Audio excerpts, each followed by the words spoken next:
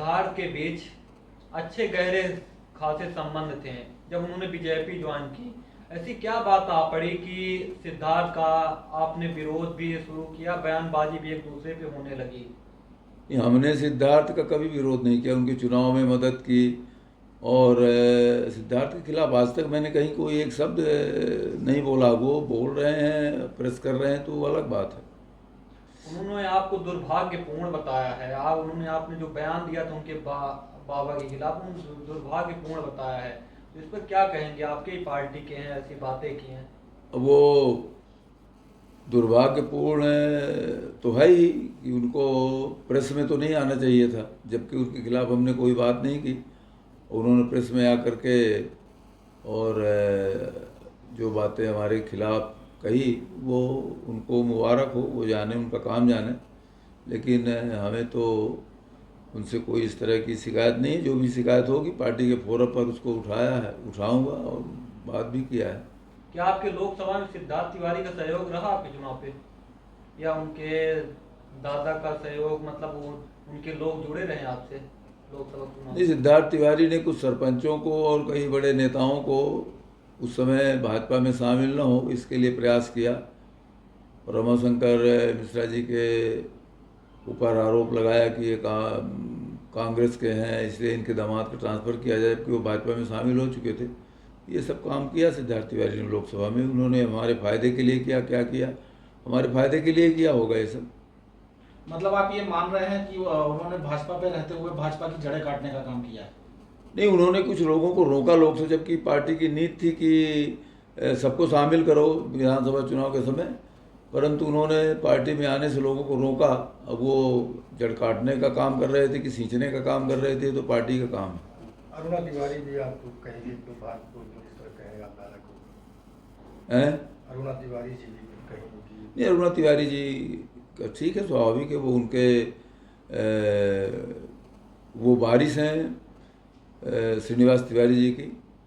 उनके पति उनके वारिस थे, राजनीतिक वारिस उन्होंने ही तैयार किया उनको, बावला को।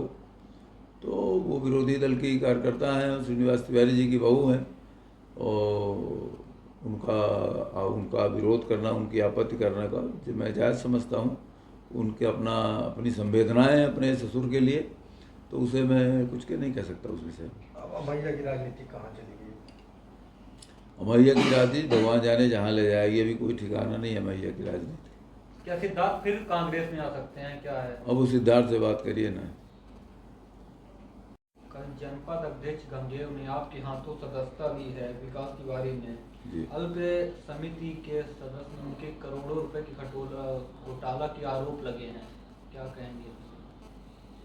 अल्पाय समिति तो हमेशा श्रीनिवास जी के ज़माने से घोटाले में घिरी रही है।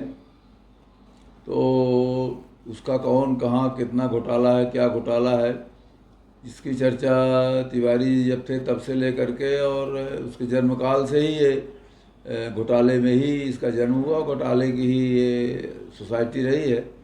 इसलिए इसमें क्या क्या है मुझको पता नहीं।